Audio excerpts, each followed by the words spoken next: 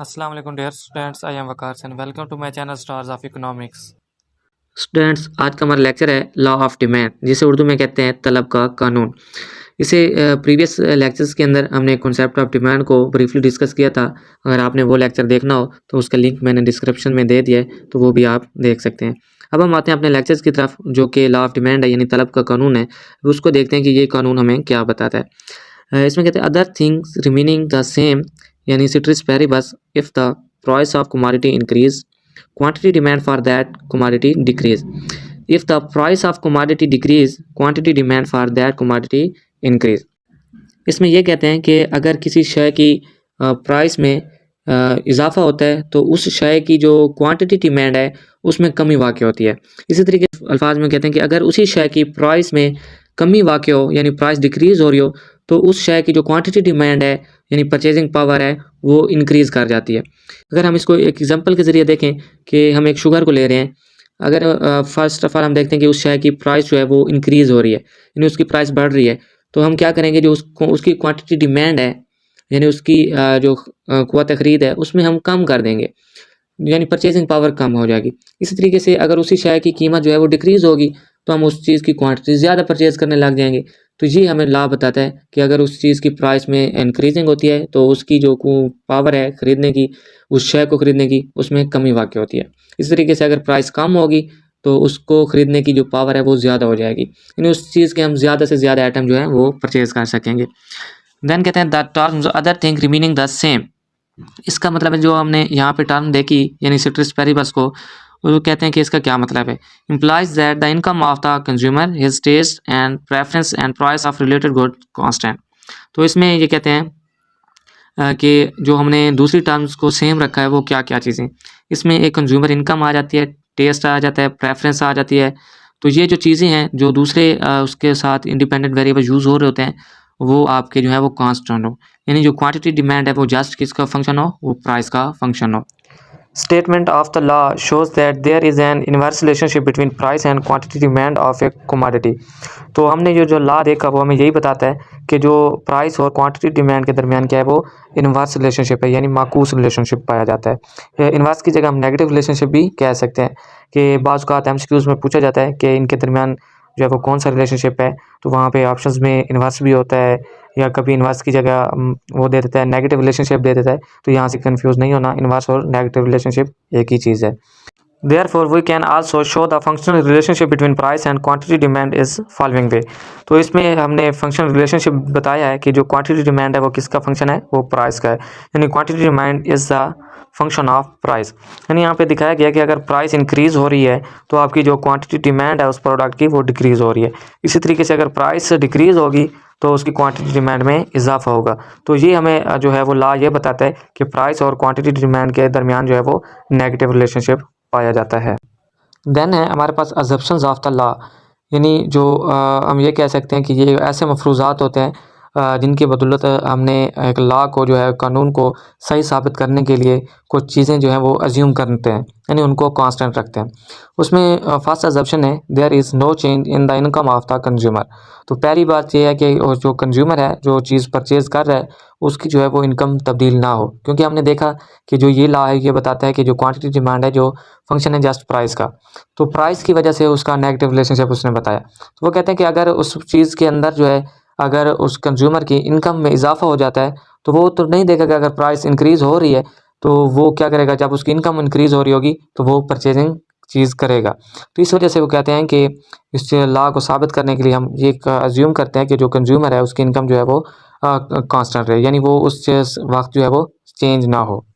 Then दूसरे number पे price of related goods do not change.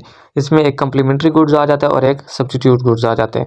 यानी सब्स्टिट्यूट का मतलब होता है कि वो एक जगह की एक दूसरे की जगह इस्तेमाल होना, यानी सिमिलर गुड्स, यानी जैसे पेप्सी और कोक है। यानी अगर पेप्सी की कीमत जो है वो इंक्रीज़ हो रही होगी तो क्या होगा, जो दूसरा प्रोडक्ट है उसकी जो है वो क्वांटिटी डिमांड जो है वो इंक्रीज़ हो रही होगी, क्योंकि आप तो अपनी चीज़ महंगी बेच रहे हैं तो आपका कंज्यूमर जो है वो सेम दूसरी जो गुड्स है उस पर ट्रांसफ़र हो जाएगा।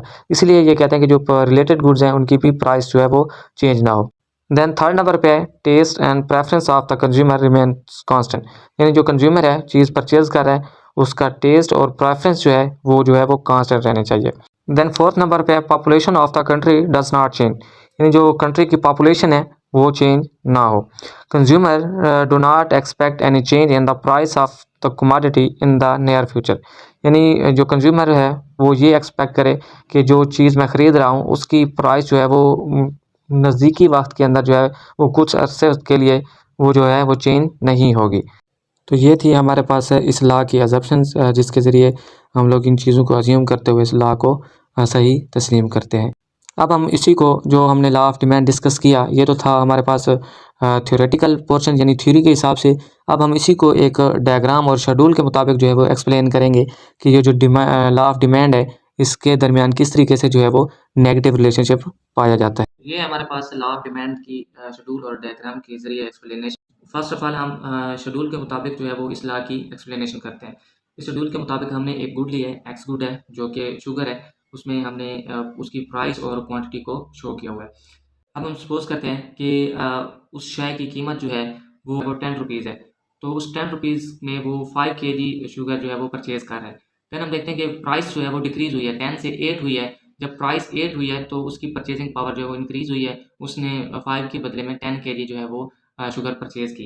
इस तरीके से जब मज़ीद प्राइस 8 से 6 हुई तो उसने 15 केजी जो है वो परचेज़ की। इस तरीके से जब 4 प्राइस हुई तो उसने 20 केजी जो है वो परचेज़ की। इस तरीके से जब आपकी प्राइस 2 हुई तो वो शख्स जो है वो 25 केजी जो है वो शुगर परचेज़ कर रहा है। तो हमने ये देखा कि लॉ के मुताबिक इसके अंदर रिवर्स रिलेशनशिप पाया जाता है, यानी नेगेटिव रिलेशनशिप पाया जाता है कि जब प्राइस डिक्रीज़ हो रही थी तो उसकी क्वांटिटी डिमांड जो है वो उस एक्स की वो इंक्रीज़ हो रही थी। तो यही बेसिकली जो लॉ है वो हमें एक्सप्लेन करता है कि अदर थिंग रिमेनिंग कांस्टेंट, यानी उसमें इनकम आ जाती है, फैशन आ जाता है, वेदर चेंजिंग आ जाती है। तो ये चीज़ें जो बाकी हैं ये जो है वो कांस्टेंट रहें। जस्ट आपकी प्राइस का फंक्शन बताया था उन्होंने, क्योंकि क्वांटिटी में उन्होंने प्राइस का फंक्शन बताया तो इस वजह से हम जस्ट प्राइस को लेते हैं, अदर थिंग रिमेनिंग कांस्टेंट रखते हैं।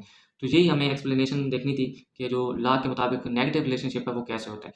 तो यही हमने शेड्यूल के मुताबिक उसकी नेगेटिव रिलेशनशिप को शो किया।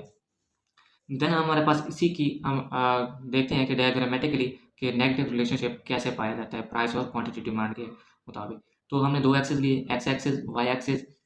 एक्स एक्सिस पे हमने क्वांटिटी डिमांड को शो किया हुआ है और वाई एक्सिस पे हमने प्राइस को शो किया हुआ है, क्योंकि हम एक्स एक्सिस पे हम डिपेंडेंट वेरिएबल को यूज़ करते होते हैं और जो हमारे पास वाई एक्सिस होता है उस पर इंडिपेंडेंट वेरिएबल को हम शो करते होते हैं। तो इसी शेड्यूल की मदद से हम इस डायग्राम को कंप्लीट करेंगे। तो हम लोग ये देखते हैं कि हमने ये देखा कि एक्स एक्सिस पे हम क्वांटिटी डिमांड को शो करें तो हम क्वांटिटी ऑफ एक्स कितनी थी, पहले जो है वो 5 थी, 10, फिर 15, फिर 20, फिर 25। तो ये हमने इस पे शो की एक्स एक्सिस पे।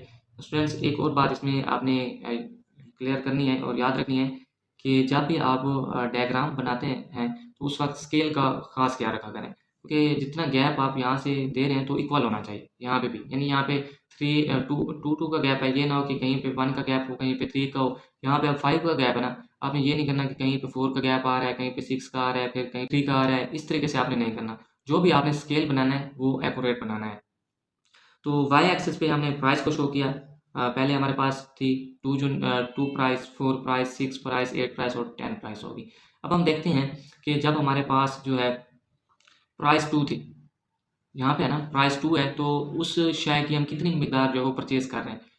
तो जब प्राइस 2 थी उसमें हम 25 केजी जो है वो परचेज़ कर रहे हैं शुगर की। तो वही देखा हमने कि 2 पे हमने पॉइंट ए हासिल किया, कॉम्बिनेशन 25 क्वांटिटी जो है हमने परचेज़ की। इस तरीके से जब प्राइस हुआ है वो 4 हुई, जब प्राइस 4 हुई तो हम लोग ये देखते हैं कि यहाँ पे बी कम्बिनेशन हासिल हुआ, उस पे हमारे पास 20 यूनिट्स जो है वो प्रोड्यूस हो रहे हैं। इसी तरीके से 6 पे हमारे पास ये है वो 15 है, वही कम्बिनेशन हमने हासिल किया। फिर 8 पे हमारे पास 10 है और 10 पे हमारे पास 5 केजी है। तो ये हमें कम्बिनेशन जब ए बी सी डी और ई को हम जब मिलाते हैं तो हमारे पास डिमांड कर्व जो है वो शो होता है। तो ये कर्व भी हमें ये एक्सप्लेन कर रहा है कि जो प्राइस और क्वांटिटी डिमांड के दरमियान जो है वो नेगेटिव रिलेशनशिप पाया जाता है। तो स्टूडेंट हमने ये देखा कि जब आपकी प्राइस इंक्रीज़ हो रही है तो आपकी क्वांटिटी डिमांड जो है वो डिक्रीज़ हो रही है। इस तरीके से अगर हम इस तरह देखें तो जब प्राइस डिक्रीज़ हो रही होती है तो आपकी क्वांटिटी डिमांड जो है वो इंक्रीज़ हो रही होती है। तो यही रिलेशनशिप हमने डायग्रामेटिकली देखा है कि ये किस तरीके से जो है वो आपका ये डिमांड का जो है वो नेगेटिव स्लोप होता है। अगर आपको हमारी वीडियोस अच्छी लगी है तो आप हमारे चैनल को सब्सक्राइब करें, शेयर करें, लाइक करें और बेल आइकन को भी प्रेस कर दें ताकि जब न्यू नोटिफिकेशन आए तो आपको इजीली मिल सके।